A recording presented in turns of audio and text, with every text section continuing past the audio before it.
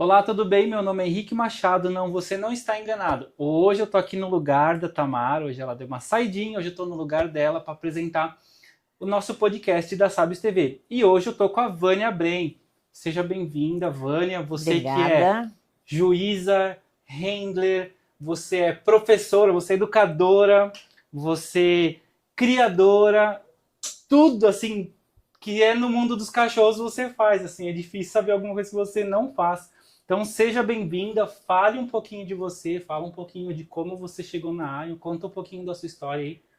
Eu cheguei na área através da minha tia, né, que foi a minha inspiradora, doutora Irce, e fiz um pouco de tudo, né? Um pouco de adestramento, um pouco de grooming, um pouco de ser juíza, um pouco de ser handler, um pouco não, né? Vamos dizer que bastante tempo que eu estou aqui.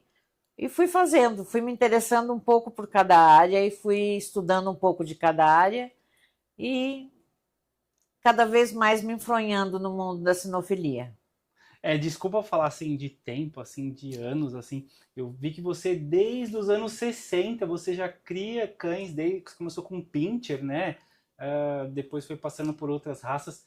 Como foi seu primeiro cachorrinho? O que que te atraiu para começar a trabalhar com isso? Então, minha tia criava pastor Uhum. e eu era apaixonada pelos cachorros dela. Queria muito ter um cachorro, minha mãe não deixava eu ter cachorro.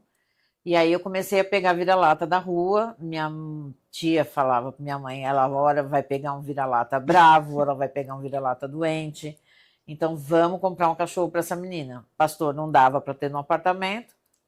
E aí, então, um cachorro que fosse saudável, que fosse inteligente, que tivesse características legais para conviver com uma criança. Então, elas optaram por um pincher e foi aí que eu ganhei o meu primeiro cachorro, chamado Dom Diego do Pintacilgo, vulgo Bambi. E foi meu companheiro por 15 anos. Maravilhoso, maravilhoso, assim. Não podia esperar um cachorro mais legal na vida do que ele. Ah, legal. E aí, com o tempo, assim, eu vou falar como eu te conheci, né? Lá no comecinho ali dos anos 2000, quando eu comecei a trabalhar na área, eu via lá a Vânia de roxo com os schnauzers e tal. E aí eu te conheci como a criadora e a handler, a groomer de Schnauzer, né?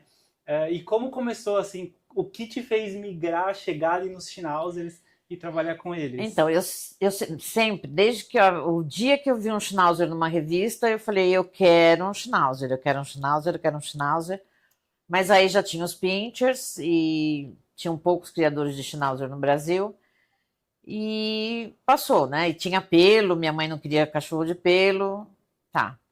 Aí casei, me separei e resolvi, então, na minha independência, falei, agora eu vou comprar um Schnauzer, né? E aí comprei a minha primeira Schnauzer de nome Badini, que foi também um ser especial de luz na minha vida. E aí eu comecei a criar Schnauzer depois, já, né, por conta própria, que já morava sozinha, Uhum. já comprei com meu dinheiro e tudo mais. E é uma raça apaixonante, né? Aí eu fui deixando os pinchers e aumentando a criação de Schnauzer. E investindo de verdade na criação de Schnauzer, viajando, levando fêmeas para casa lá fora, Uhum. importando cães. Então, realmente foi um investimento muito grande que eu fiz na raça. Eu costumo falar de todos os cães que eu vejo que são muito bonitos, eu falo assim, são umas pinturas, né? Eu lembro dos seus cães que eu falo assim, esse cachorro é uma pintura, assim, eram cães muito bonitos, assim. Você foi uma das primeiras, ou talvez a primeira criadora de Schnauzer do Brasil, ou estou enganado? Não, tinham outros criadores. Eu fui a primeira criadora a ter um cachorro campeão mundial. Que legal. Então, eu tive 4 campeões mundiais na minha criação. Uhum. E levei cachorros para os Estados Unidos. Também eu fui uma das primeiras a levar cães para lá.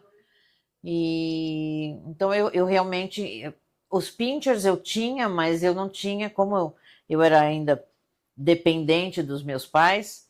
Eu não tinha condição de investir nos cachorros, né? Eu dependia deles. Os Schnauzers eu dependia de mim e do meu investimento, aí já era diferente. Então eu criava e investia o dinheiro neles mesmo. Foi, foi assim um projeto de vida, principalmente nos preto e prata, que eram os meus amorzinhos.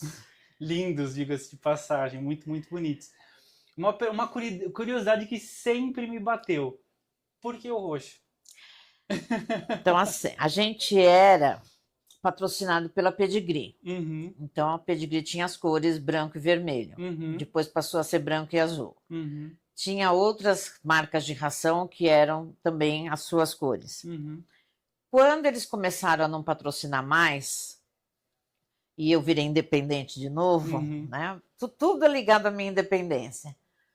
Eu queria uma cor que fosse uma cor legal e que não tivesse nada a ver com nenhuma outra marca de ração. uhum. Né? Que fosse uma cor que não remetesse a nada e nem a ninguém. Fosse uma cor minha. Uhum. E aí eu fui estudar as cores e o roxo é uma cor energética, né? Uma cor, o lilás principalmente, é uma cor de luz, é uma cor legal. Então eu adotei o lilás para mim, do lilás ao roxo. Uhum. E isso virou a minha marca. E é muito divertido porque todo mundo que viaja, até hoje, isso já tem muito tempo, todo mundo que viaja traz coisa roxa para mim. Então meu acampamento era todo roxo e assim, eu ganhava escova roxa, guia roxa, tudo era roxo.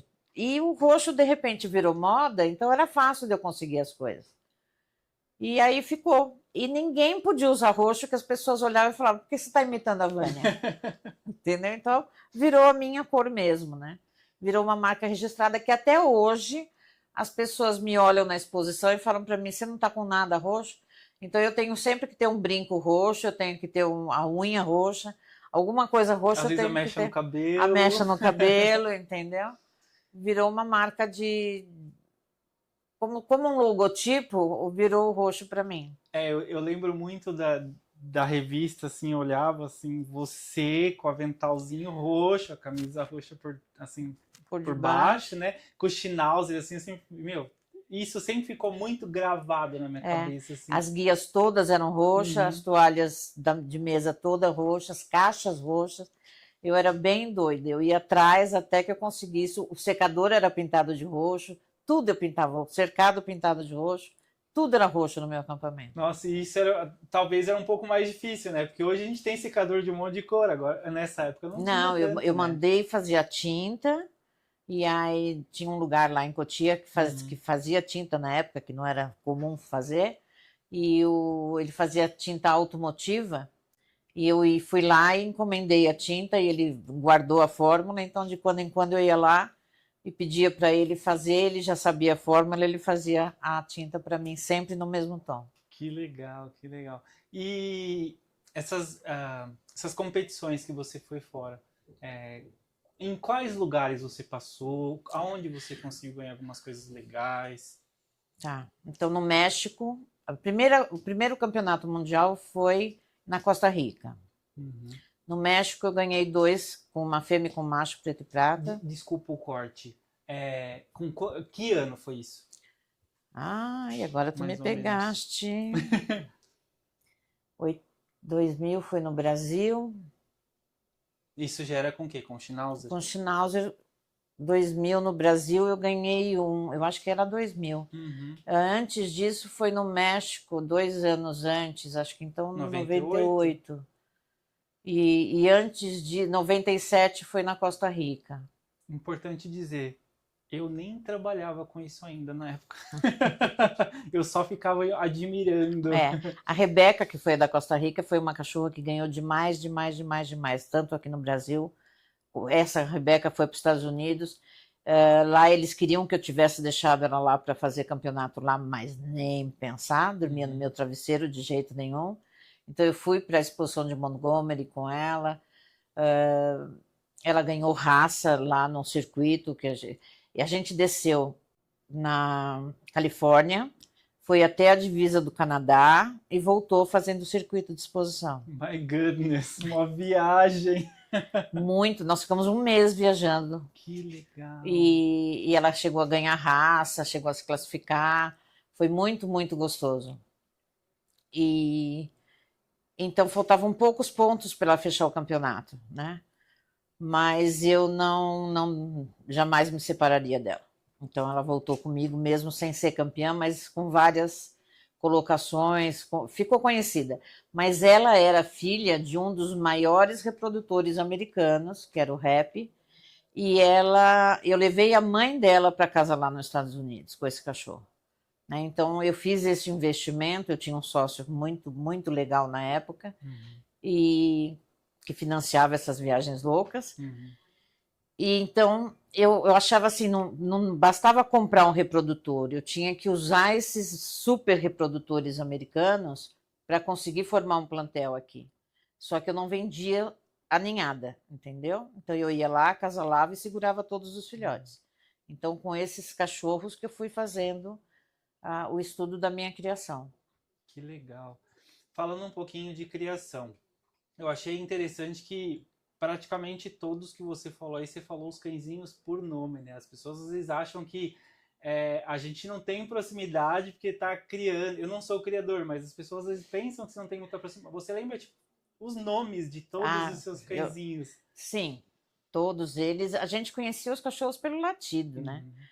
Por mais que você tenha os cachorros, você convivendo no dia a dia, você conhecia o olhar de cada cachorro. E o Schnauzer é muito característico, o latido, o Schnauzer né? é muito característico, mas também assim, o Schnauzer é muito igual. Né? O Sal e Pimenta são todos iguais e os Preto e Prata pior ainda. Então, os meus funcionários não sabiam quem era quem. Mas eu conhecia todos eles. Pelo jeito de andar, pelo jeito de olhar. Bati o olho e já sabia quem era quem. Que legal. Pô, então é uma coisa que fez você viajar bastante lugares, né? Conhecer bastante países. Isso é muito então bom. Eu viajei com os Schnauzers. Foi a Costa Rica, depois foi México, Estados Unidos e Argentina e Paraguai. Que legal. E acho que foi para o Uruguai também. Agora me deu um branquinho. Muitos lugares, né? Muitas histórias, né? E era gostoso viajar com eles. E depois você criou mais alguma raça? Aí depois os Schnauzers, então, começou com Pinscher, depois vieram os Dobermans. Aí eu mudei para o Schnauzer e depois vieram os Filas, que são maravilhosos, paixão de vida. Muito companheiros, Nossa, né? amo. Assim, quem tem a raça nunca mais esquece. E hoje você não cria mais? No momento, não. Né? Isso é o que eu falo. Eu estou sem criar. Se mais para frente vou voltar a criar, não sei. Pode ser que sim, porque é uma coisa que me faz muita falta. Pode ser que sim, pode ser que não, mas o mais provável é talvez. Não, filhote para mim faz muita falta. Sabe, assim, a coisa que mais eu amo na vida é cuidar de filhote. Então, me faz falta. Isso é uma coisa que eu fico incompleta sem ter bebês para cuidar. Então, por isso que eu falo, eu no momento não estou criando nada, mas não sei no futuro.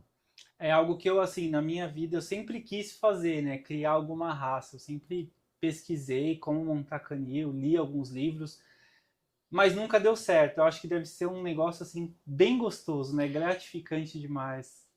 Sabe assim, você vê, porque assim, do jeito que eu sou, que estudo, então quando nasce eu já fico de olho. Ai, esse aqui, isso. Quando tá mamando eu falo, esse aqui pôs o rabo desse jeito. Então esse vai ter o dorso melhor do que esse. Então eu já escolho, mamando eu já escolho os cachorros, entendeu? E aí eu vou seguindo para ver se está certo. Com 45 dias eu já sei mais ou menos o que esperar de cada cachorro. Exatamente com 45 dias eu tenho um jeito de colocar o cachorro e aí eu falo, não, esse aqui vai isso, aquele vai aquilo. E aí, sabe, é isso que para mim enche os olhos. Isso que para mim tem gosto, sabe? Sim.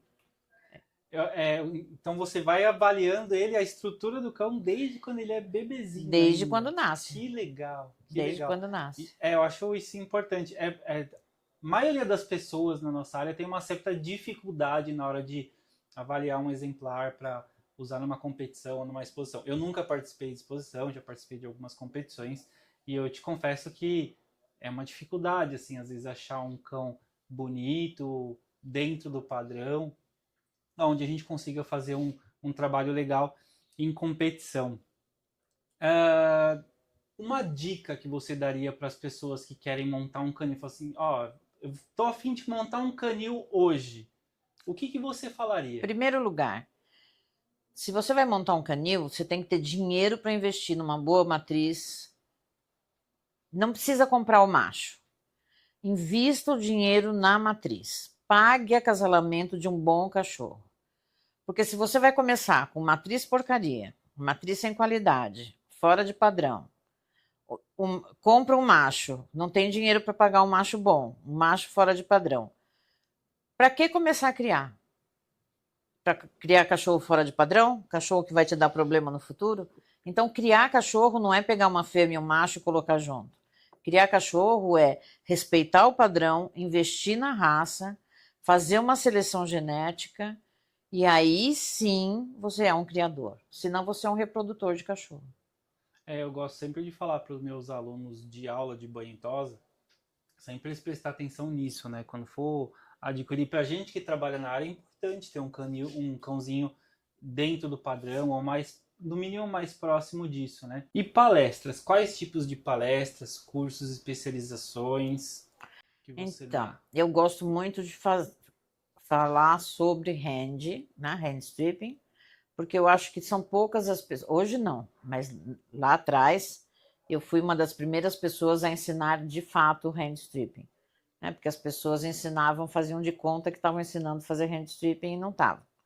Então eu parei de dar aula de outras raças só para dar aula sobre hand stripping e mudar a cabeça das pessoas em relação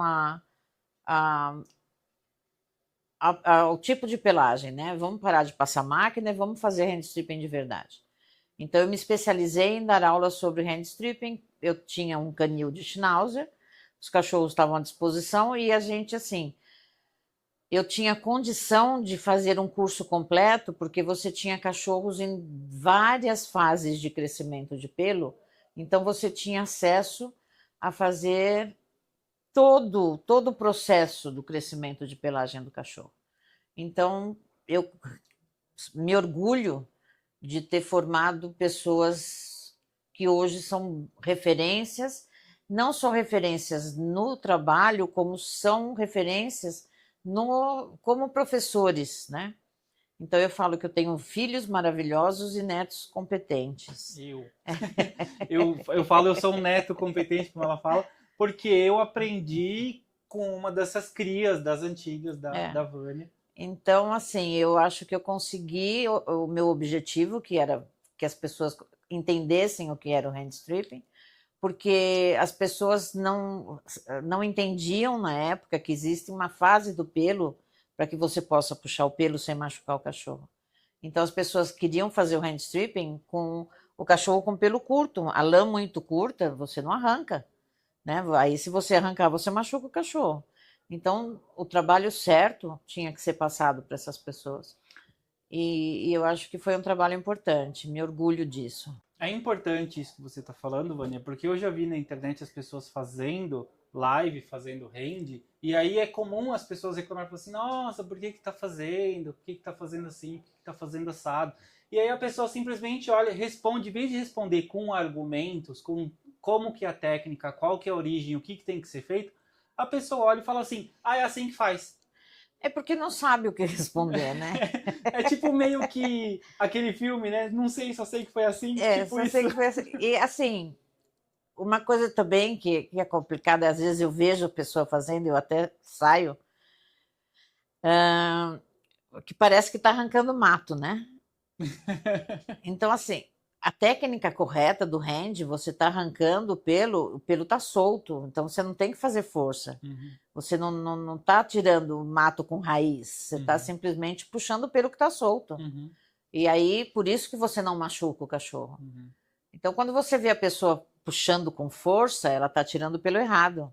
Ela não está fazendo um bom trabalho. E então eu vejo, às vezes em quando, eu fico só olhando assim, eu falo, né? Não, Deixa quieto. é legal. Eu tive eu trabalhei numa escola que a gente trabalhava uns cãezinhos de ONG e é comum achar uns vira-latinhas de pelo Ah, duro, é né? uma O que mais tem. delícia. Eu tenho uma lá na minha loja que nossa, eu adoro puxar os pelos dela, que ela tem muito pelo duro soltando assim.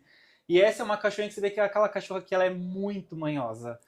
Você segurar a pata, ela grita, parece que tá morrendo, sabe? Tipo, absurdo. E aí eu usava ela justamente para mostrar para os alunos que, meu, não é nada demais. Eu segurava a pata, a cachorra gritava. Eu puxava o pelo, ela tava me lambendo, fazendo uma É, arruaça porque na esses mesa. pelos dos vira-latas, eles estão muito soltos, É, né? Quando eles chegam no ponto de ficar eriçados, eles já estão soltos. Eles muito gostosos de puxar. nossa, é legal. Eu amo, assim, eu amo fazer rende, eu gosto pra caramba. Tudo que tem, assim, pra ler e pra assistir de rende, eu gosto, principalmente dos terriers. E outros cursos que você dá?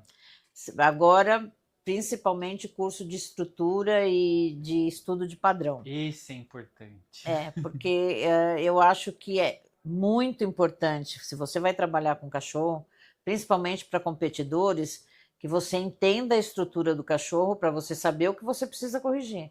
Porque o pelo nada mais é do que você está moldando o corpo do cachorro, ou fazendo de conta que você está moldando o pelo do Uhum, cachorro. Então, se o cachorro tem algum defeito, você com o trimming, você disfarça aquele defeito. Mas o que eu vejo é mais as pessoas pondo defeito onde o cachorro não tem do que tirando o defeito do cachorro. Por quê? Porque não entende a estrutura do cachorro. Então, é uma coisa super importante a pessoa entender da estrutura, entender do padrão da raça. Tem gente que vai para fazer competição, tosa padrão, e nunca leu o padrão. Não, como é que vai fazer uma tosa padrão se não entender o padrão? Aonde vai deixar pelo? Aonde o padrão pede que tenha pelo? Né?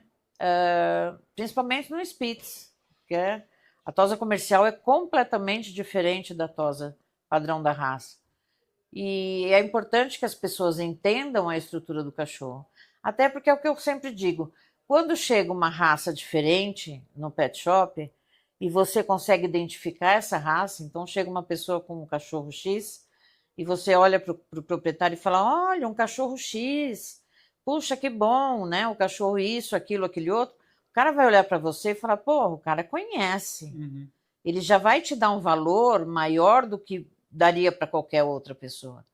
Então, é muito importante que você mostre conhecimento para o seu cliente. Uhum. Né?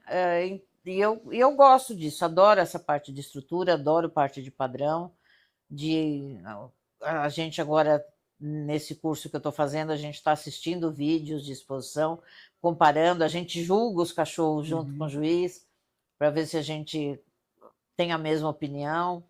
É bem, bem Disso que divertida. você estava falando, esses dias atrás chegou dois huskies na minha loja. Aí eu bati o olho e falei assim, não é husky. Aí eu comecei a fazer, eu olhando pros cachorros, falei assim, não é husky. Aí eu cismando que era malamute, eu cismando, falei assim, não é husky, é malamute, não é husky, é malamute. Falei assim, será que eu pergunto? Falei assim, moça, seus cachorros não são malamute? Ela fala assim, ai, são. É que eu falo que é husky, porque todo mundo quando eu falo malamute fala que não sabe que raça que é e não vai fazer. Eu, tá bom. Fala assim, então tava assim, meu, tipo uma bobagem, né? Tipo, já pensou, você chega e fala assim, ah, faz a raça X, ai, não faço porque eu não conheço. É meio que absurdo, eu acho, né? E uma coisa que eu acho legal do que você tava falando das estruturas, porque assim, aquela velha conversa, né, que todo mundo fala da internet, trazendo mais pro dia a dia do pet, né? Então aquele cachorrinho que, é aquela famosa foto da tosa bebê que circula na internet que ninguém consegue fazer.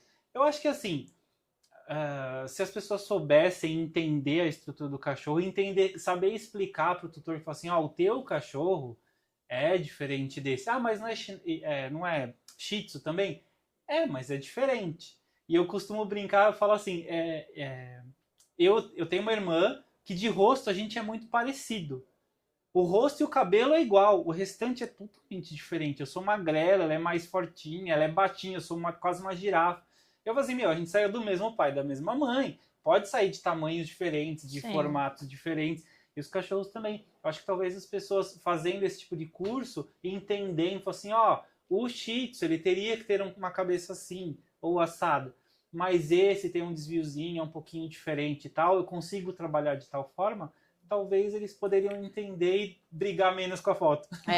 Até porque o grande problema que eu até brinco, o grande problema de hoje é que não existem shih tzus nos pets, existem lhasa, né? A mistura das duas raças virou padrão. Então é uma terceira raça que surge. Os cachorros têm a frente torta, têm o dorso torto, tem a boca torta, a boca dente aparente, então não sai completamente fora do padrão. E essa tosa padrão Da foto. da foto, o cachorro é bonito, né? O cachorro está dentro do padrão. Então é uma questão de você até saber trabalhar. Então o cachorro tem o dorso torto, não vai passar o adaptador no mesmo tamanho no dorso todo. Tem que passar diferente. A pata do cachorro é toda torta, deixa mais maior, não vai fazer aquele caninho. Então é entender a estrutura do cachorro para saber o que você pode corrigir e ficar um cachorro mais bonitinho. Então, esse tipo de curso, às vezes a gente acha que é só para quem vai para competição, para exposição. Não, a gente precisa no dia a dia. É conhecimento geral, né? Conhecimento geral nunca é demais. E talvez um dia um curso para quem vai montar um canil. Já parou para pensar nisso? Eu já tentei fazer. Tentar ensinar as pessoas a escolher uma matriz legal. Durante um tempo, eu fazia. Eu auxiliava o plantel dos cachorros, né? Então, a pessoa tinha um plantel, ou ia comprar cães, então eu comprava para as pessoas. A própria mãe da Rebeca, eu conheci meu sócio comprando a mãe da Rebeca. Depois a gente virou, ele queria criar, mas ele não tinha condição. Ele virou meu sócio na criação. E foi divertido, porque eu cheguei para comprar um cachorro, aí eu olhei a ninhada, bati o olho na mãe da Rebeca, fiquei alucinada por ela. E eu falei, aquela cachorra está à venda? E a criadora falou, está, por quê? Eu falei, você vai vender essa cachorra? Vou, por quê? Tá bom, me dá ela aqui. Aí ela ficou olhando na minha cara. Eu falei, você vai ficar com alguma da ninhada? Eu vou ficar com aquela lá. Tá bom. Ela vendeu a melhor e ficou com a pior. Entendeu? Porque tem criador que não tem olho. Né? Não adianta. Tem criador que não tem olho. Depois que a cachorra desenvolveu, ficou linda, maravilhosa, ela queria me matar. Mas ok. Então, assim, eu ia fazer avaliação de plantel. Então, eu chegava lá na casa das pessoas, olhava, fazia súmula de cada cachorro e dizia, esse é bom, esse não é, esse isso, cruza esse com aquele. Então, eu fazia isso para vários criadores. Mas é um trabalho meio complicado, porque as pessoas não estão muito preparadas para você destruir os cachorros dela, né? As pessoas não querem ouvir. Entendeu? Então, assim, você tem 10 fêmeas e você... Porque uma coisa importante falar, você pode ter 10 fêmeas razoáveis, mas você não pode ter um macho razoável. Por quê? O macho tem que ser muito bom, porque o macho vai acasalar essas 10 fêmeas razoáveis. Então ele vai ter, vamos dizer que cada uma dê 6 filhotes. Ele vai ter 60 filhotes razoáveis. Razoável com razoável, só vai dar razoável. Tá? Essas fêmeas razoáveis, elas vão dar 6 filhotes razoáveis. E não 60. Então o macho tem que ser muito bom, porque quando ele acasalar essas 10 fêmeas, ele vai dar 60 cachorros acima dos razoáveis. Entendi. Entendeu? Então o macho sempre tem que ser muito acima do razoável para ele elevar o nível do plantel. E não para ele deixar o nível aonde já está. Entendi. Então, por isso que eu falo, não compre macho. O macho não é importante. Porque você vai buscar o macho fora, um macho que vai te trazer qualidade, vai corrigir o problema das suas fêmeas. Aí as pessoas querem comprar o macho para não pagar acasalamento. Mas e se esse macho compra um filhote? E se esse macho vai ter o mesmo problema que tem as fêmeas? Como é que Entendi. você vai corrigir sua criação? Né? Faz sentido. Então Muito bom. tem que ter um estudo do plantel para você ser um grande criador. Anotado, se um dia eu for fazer criação, certeza que eu vou pegar todas essas É, dicas. é difícil. Você ser um bom criador requer muito dinheiro, muito estudo. Por isso que eu falo, existem reprodutores de cães, existem criadores de cães. É. Quando eu falo pra galera que vai, às vezes, cliente meu, aluno meu, que fala assim: ah, eu queria adotar um cachorro, eu queria comprar um cachorro de raça, da raça X ou raça Y. Eu falo assim, gente, vai atrás, pesquisa com calma. Principalmente para quem é cliente final, né? Meus clientes da loja mesmo, eu falo, pesquisa um pouco sobre comportamento da raça, pesquisa um pouco sobre se solta pelo ou não, porque às vezes o pessoal fala assim, ah, vou pegar um pug porque não cai pelo, que o pelo é curto. É. Direto acontece dessa, eu falo assim, gente. Não, eu tenho uma cliente que reclama direto do pug que cai muito pelo, aí foi lá comprou um pastor alemão. Ó, nossa, mas que troca! Né? Tipo, agora tem um, em vez de um que cai Não, muito pelo, ela podia ter comprado um husky. é, podia ter sido pior, é verdade. Verdade. Mudando um pouquinho do assunto, como que a Vânia, fora do CNPJ, a Vânia CPF, a Vânia na vida, fora da área do banho e tosa, fora da sinofilia, o que você fez fora dessa vida de diferente? Eu acho que eu sou eu sou bem assim, eu gosto dos meus amigos, sabe? Eu gosto de Uhum. curtir os amigos, eu gosto de fazer churrasco, eu gosto de receber em casa, eu gosto de estar junto das pessoas que eu amo. Eu sou uma pessoa, adoro fazer nada. Gente, o dia do nada é maravilhoso. Sabe aquele dia que você acorda, sai da cama, vai pro sofá, sai do sofá e vai para a cama? E o bom é que você mora num lugar que é um silêncio absoluto, Silêncio né? absoluto, não vejo nada nem ninguém. Então, o dia Nossa, do que nada é delícia. maravilhoso, né? Só os cachorros assim e acabou. E eu acho super importante. Não me convide para ir num shopping, não me convide para ir em lugar cheio de gente que eu não gosto. Não suporto multidão. Eu vou para a exposição, eu vou para o Master Groom, né? Tudo Uhum. que, mas eu sei que são eventos eventuais. Não gosto de um Brasil.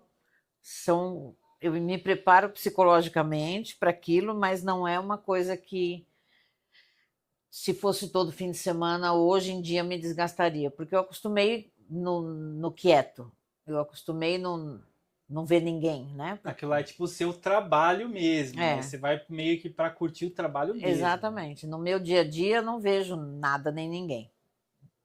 É muito tranquilo. Diversão, algum tipo de diversão que você Eu gosta de adoro fazer? ver filme. Ai, que gostoso. Então, às vezes a gente vai no cinema, mas eu sou muito de ver filme, ver série, a gente maratona. Adoro maratonar filme. Me identifico demais, gente. Eu não sei, acho que eu tô ficando velho. Eu adoro ficar no sofá assistindo Nossa, é muito série bom, o dia muito inteiro. bom. É uma atrás da outra. Aliás, aceito dicas de séries novas. Ai, gente, assisti uma maravilhosa. Qual? Porque as mulheres matam. Nossa, gente. É muito boa. Ela é do que? É de crime mesmo? De crimes reais, não? Sim, não É? sei se é real. No real não é, mas é muito boa. Ah, legal. Vale a pena. Eu assisti de crimes reais essa dos irmãos Eu vou Menendez. assistir. Eu achei interessante. Mais uma coisa off isso tudo. Você é professora. Sou. Como você virou professora? Nossa, Você chegou a trabalhar com isso? sim. A minha vida sempre foi muito. As coisas me levaram a fazer isto, né? Aham. Então, assim, eu era para ser veterinária. Uhum. Só que eu não queria fazer veterinária em São Paulo, porque minha tia foi uma das grandes alunas da veterinária em São Paulo. Uhum. E ela conhecia os professores todos. E os professores todos estavam esperando a Vânia chegar na faculdade. Uhum. Então era uma cobrança, assim, eles iam querer que eu fosse a segunda Irce. E eu não sou, porque minha tia é um gênio, né? E eu estou longe de ser minha tia. Até hoje ela é super estudiosa, é uma Uhum. coisa impressionante. E aí eu sabia que a cobrança ia ser muito grande, que eu não ia dar conta, eu não queria. Então eu prestei em Londrina. Eu entrei na segunda chamada, mas a vida me mudou. Eu prestei o El também, mas não entrei. Me mudou, eu não fui mais para Londrina, eu ia mudar para lá, não fui Uhum. mais. E aí eu cheguei e falei, não vou para Londrina, mas alguma coisa eu tenho que fazer da minha vida. Resolvi que eu ia trabalhar. Saí de casa, falei para minha mãe e meu pai, vou arrumar um emprego. Eu tinha recém saído do Objetivo, estava abrindo um Objetivo na Lapa, eu morava do lado de perto, né? Aí fui lá e falei, eu quero trabalhar. Simples assim. Simples assim. Aí, como eu conheci o pessoal que estava indo cuidar do Objetivo da Lapa, né, que cuidavam da onde eu trabalhava, tá bom, então vem trabalhar com a gente. Aí voltei para casa e falei, vou trabalhar a partir de amanhã. E comecei a trabalhar lá no Objetivo. E aí eu resolvi fazer o curso de pedagogia para trabalhar na direção do Objetivo, né? Para assumir depois de um tempo a direção. Só uma pergunta, nessa época você já tinha o canil? Não. Tinha o canil. E aí, então eu comecei a trabalhar, a fazer pedagogia por conta de trabalhar no Objetivo. Aí saí do Objetivo e aí fui dar aula para a quarta série, que foi aonde mais eu me adaptei, terceira série. Depois um pouco, mas daí para baixo não dá não. Até que ano mais ou menos você fez isso?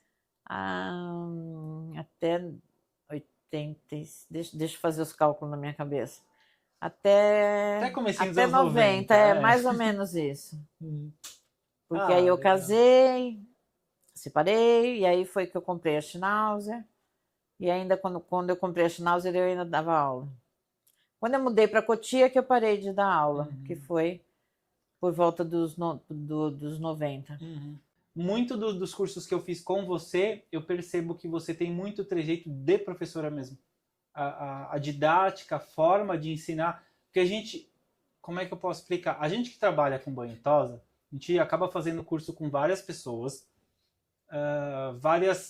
que trabalham na área e passam o conhecimento. Mas quando a gente gosta de ensinar, quando a gente é explicador, a gente gosta de ser explicador, como diz um filósofo brasileiro, a gente começa a perceber que tem gente que tem um negócio de ser professor, assim, de passar. É diferente, assim, é um negócio bem diferente, acho legal pra caramba. É diferente, assim, e é uma coisa. Essa turma que me acompanha nesses últimos cursos, né, tem uma turma fixa. E é divertido porque eles são muito curiosos. E às vezes eles me fazem pergunta e eu falo, nunca parei para pensar nisso. Então fica de lição de casa para mim, né? Então aí eu vou ter que estudar aquilo para na próxima aula voltar para falar para eles. Então é uma coisa muito legal porque eu também tenho que estudar aquilo, né?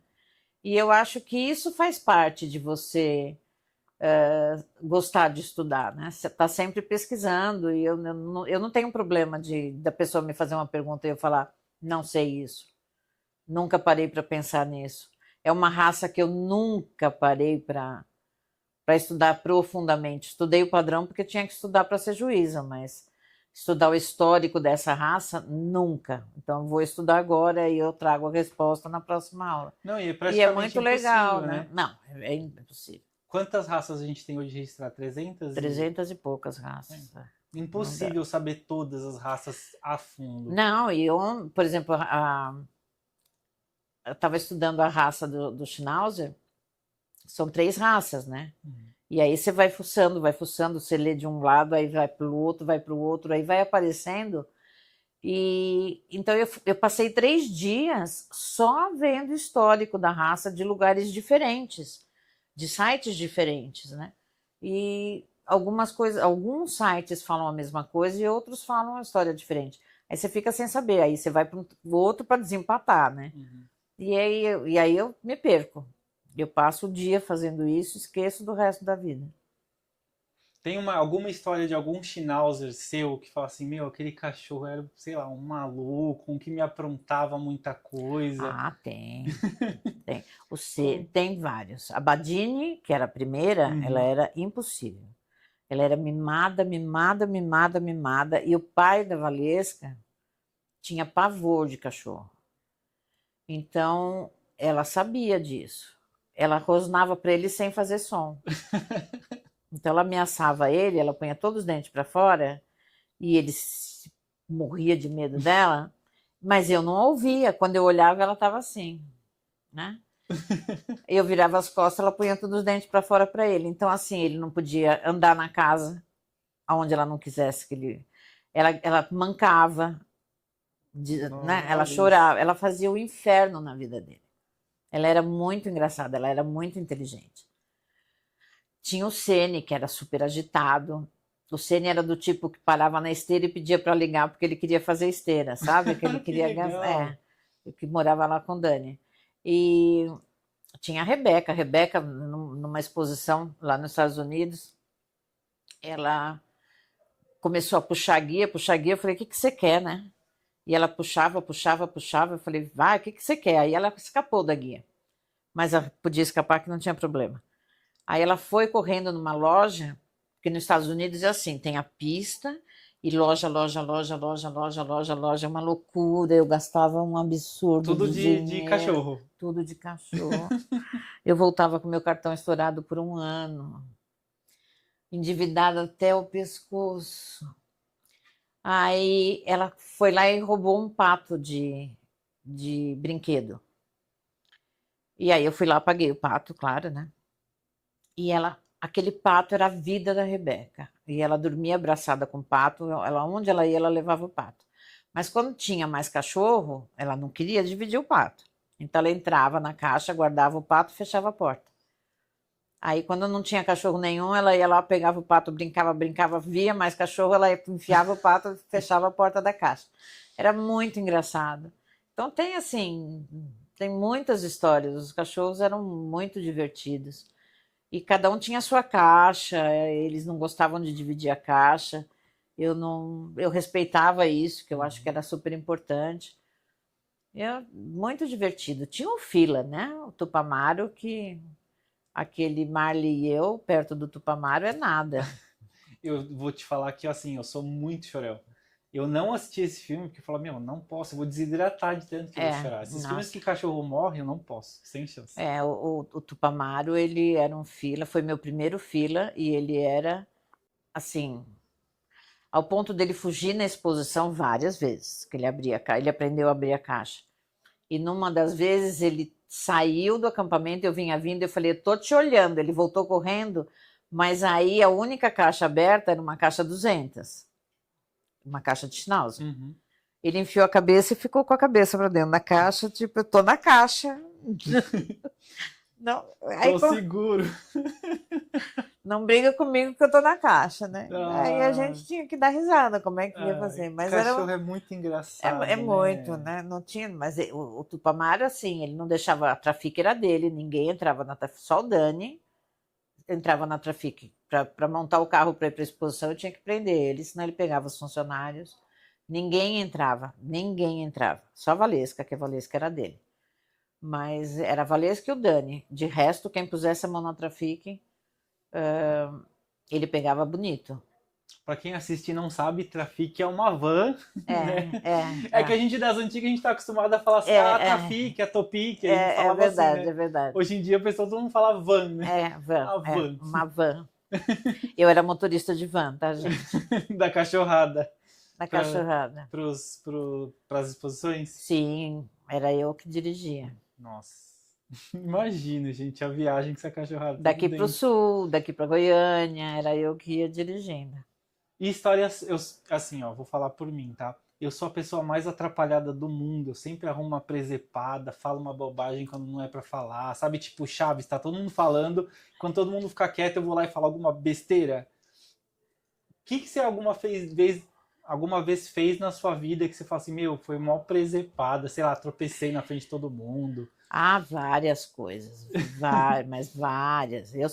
Mas eu sou a pessoa atrapalhada.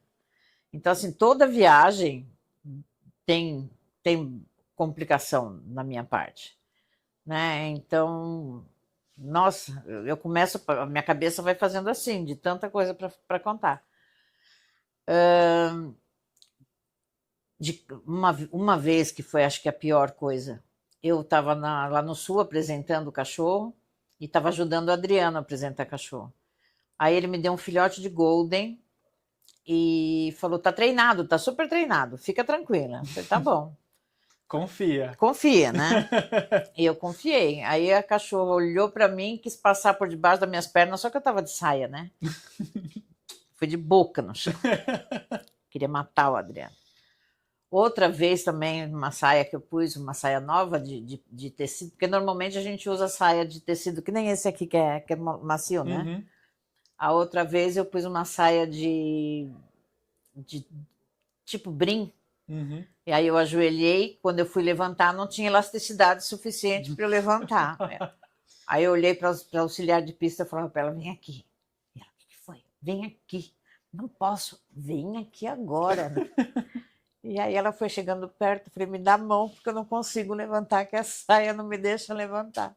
Aí ela me deu a mão, eu levantei, e aí todo mundo que estava fora da pista percebeu, deram risada. Então, assim, eu fiz um monte. Essas é o tipo de presepada que eu faria e eu riria muito disso. Não, e teve uma outra vez que a gente estava conversando fora da pista, e um amigo meu começou a fazer massagem nas minhas costas, eu paro, né? Fez massagem aqui, eu fico assim. Aí eu tava era com a CSP, tinha um monte de cachorro para apresentar, eu tava super cansada já, último dia. Aí o juiz saiu da pista, virou para mim e falou assim: você pode, por favor, vir apresentar o seu cachorro? Porque eu estou te esperando. E a senhora está na massagem. Eu falei: ah, tá claro, lógico, posso sim. Aí foi, então, assim, viagens, mas assim, problema em aeroporto, eu não queria embarcar cachorro.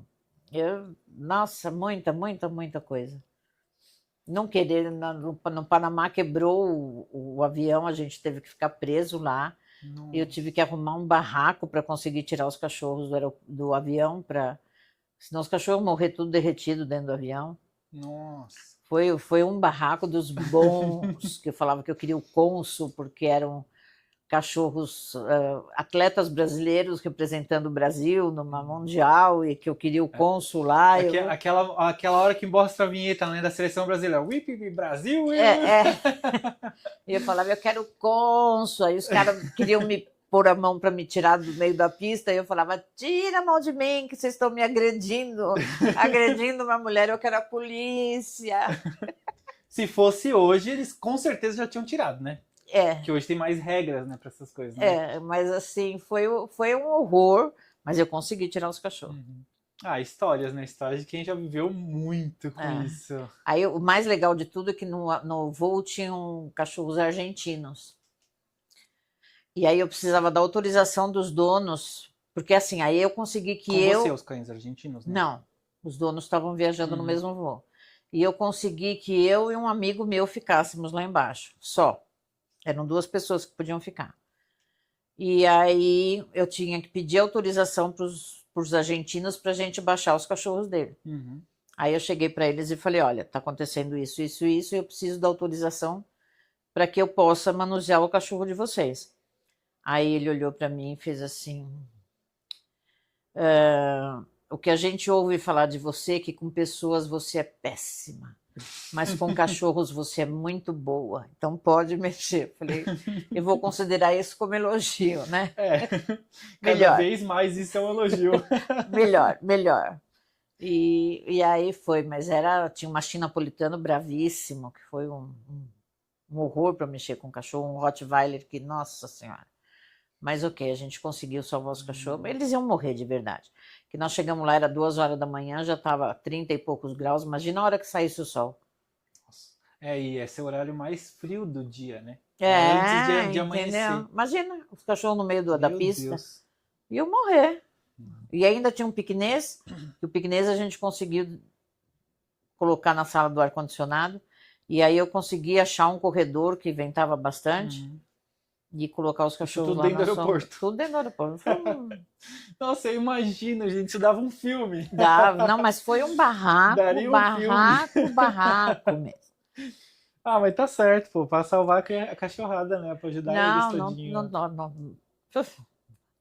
Ainda ameacei processar eles se eu perdesse a exposição. Olha, foi um negócio assim. Aí eles passou um voo que ia para Venezuela, da Venezuela, baixou o voo lá, aí eles tiraram todas as malas do pessoal da Venezuela para conseguir enfiar os nossos cachorros dentro do voo. E aí nós fomos embora e ficaram um monte de mala lá. O pessoal da Venezuela queria matar a gente. Foi delicioso. Nossa, eu imagino. Uma dica que você daria para uma pessoa, falar assim, ó, hoje eu quero virar handler, quero começar a trabalhar com isso, ir para pista, ajudar a expor cachorro, não tenho cachorros, como é que eu faço? Primeira eu faria? coisa, estudar padrão, estudar estrutura, estudar a raça que você vai querer apresentar. As raças não são apresentadas da mesma forma. Eu falo que eu chamo de coreografia, né? Uhum. Cada raça tem a sua coreografia. Cada cão tem a sua movimentação específica. Então estuda antes de começar a fazer para chegar lá e não fazer bobagem. Isso no caminhar e na mesa? Ou... Sim, cada cachorro tem a sua forma de apresentar. Depois, observar os handlers mais velhos como fazem. Então senta na beira da pista e vai vendo como eles estão fazendo. São poucos os cursos de handler, acho que eu que fazia mais, faz tempo que eu não faço. Mas a melhor forma de aprender é a observação. Né? Tenha os seus próprios equipamentos, escovas adequadas, guias adequadas, não fica pedindo coisa emprestado, invista naquilo que você quer fazer e vai observar. Senta e começa a aprender. Faça amizade com pessoas que podem, de repente, te dar estágio. Vai ter que limpar muito o canil, vai ter que dormir em acampamento, vai ter que trabalhar muito. Vida de handler não é fácil. É porque as pessoas olham só vocês, né, bem vestida, né? Os homens normalmente de terno, gravata não e é tal. fácil. Vida de handler não é para qualquer um. Então a gente sabe que, por exemplo, lá no Adriano, né, que eu consigo mandar gente daqui para lá, as pessoas vão. Primeira semana, ai que maravilha. Segunda semana já começa a dar defeito. No primeiro mês já é defeito total, não aguenta. Não, porque tem que acordar de madrugada, trabalhar o dia inteiro e dormir de madrugada, acordar de madrugada de novo, porque viaja de uma noite para outra. É muito sacrificado, muito sacrificado. A gente não tem vida própria. Tem que ter objetivo, né? Sim. Tem que focar e falar assim, eu quero isso mesmo. Todo fim de semana você está na rua, você não tem família, você não tem feriado, você não tem festa, não tem nada. Porque ainda mais se você está ranqueando, se você for eventualmente para exposição, aí é mais tranquilo. Mas se você quiser ranquear o cachorro, você tem que estar todo fim de semana na rua. E aí é viajar todo fim de semana. É puxado assim. Eu parei de fazer isso porque eu não estava vendo a Valesca crescer. Entendi. Aí eu falei, ou eu sou mãe, ou eu sou handler. Não dá para ser as duas coisas. Então eu parei para ver a Valesca crescer, porque eu estava perdendo muita coisa dela. Entendi. Nessas viagens que você faz, você gosta de ouvir música? Você curte algum tipo de música? Ah, sim. Eu sou bem eclética, né? Então, essa semana eu estava falando com o Dani até. Eu falei para ele, hoje eu estou na fase Emerson, Lake and Palmer. Eu nem conheço. Eu falei, eu sei, mas eu conheço. Eu também não conheço, olha, eu conheço bastante coisa, hein? Então eu estava ouvindo The Purple, Emerson, Lake and Palmer. Eu fui roqueira, né? Na minha época de adolescência, a gente era roqueira. Então, eu ouço de tudo. Alice Cooper era o meu ídolo, entendeu? Também você talvez não conheça. Mas não, eu gosto, Alice Cooper, sim. Minha mãe gostava muito. Então, daqui a pouco eu estou no sertanejo, daqui a pouco eu estou Samba é o que menos eu escuto, mas eu sou muito eclética. Vai meio que jazz, né? E assim, é engraçado que eu não sou uma pessoa que eu gosto de todas as músicas desse conjunto. Uhum. Não, eu gosto de determinadas músicas.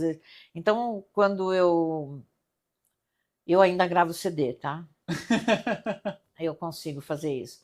Mas quando você pega um pendrive que eu gravei, alguma coisa assim, você vai ter de um tudo. Você não tem assim um tipo só de música. Eu gosto de variar.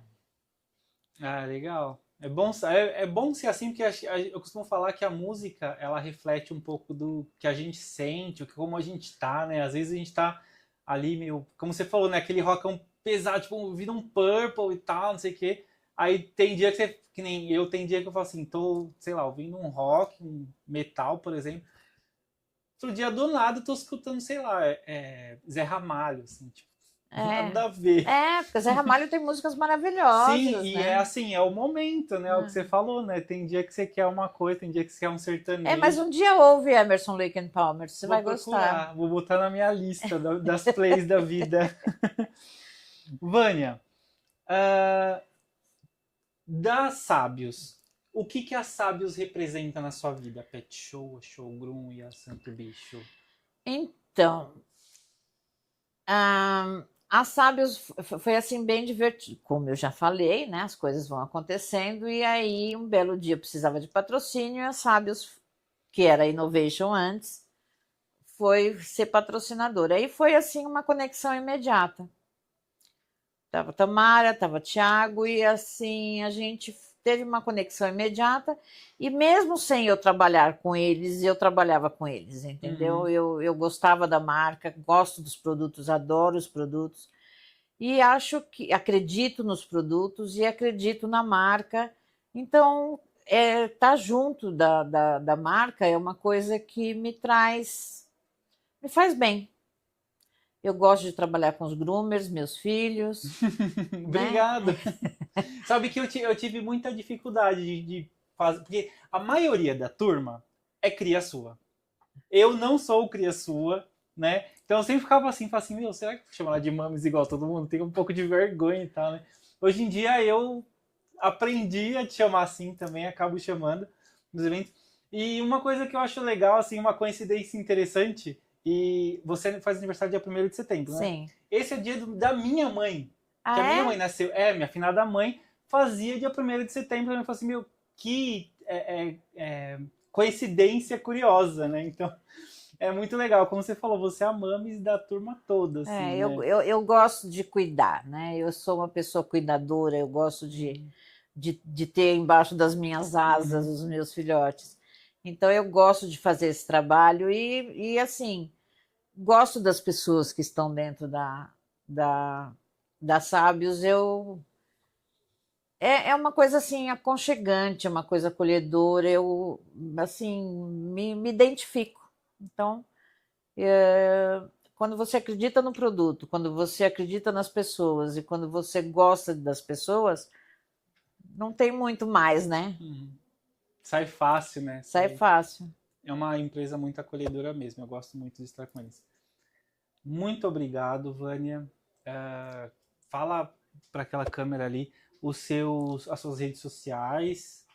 É Vânia Brem, sempre. É Brem com M e é @Vânia Brem e no Instagram só. O meu Facebook foi deletado.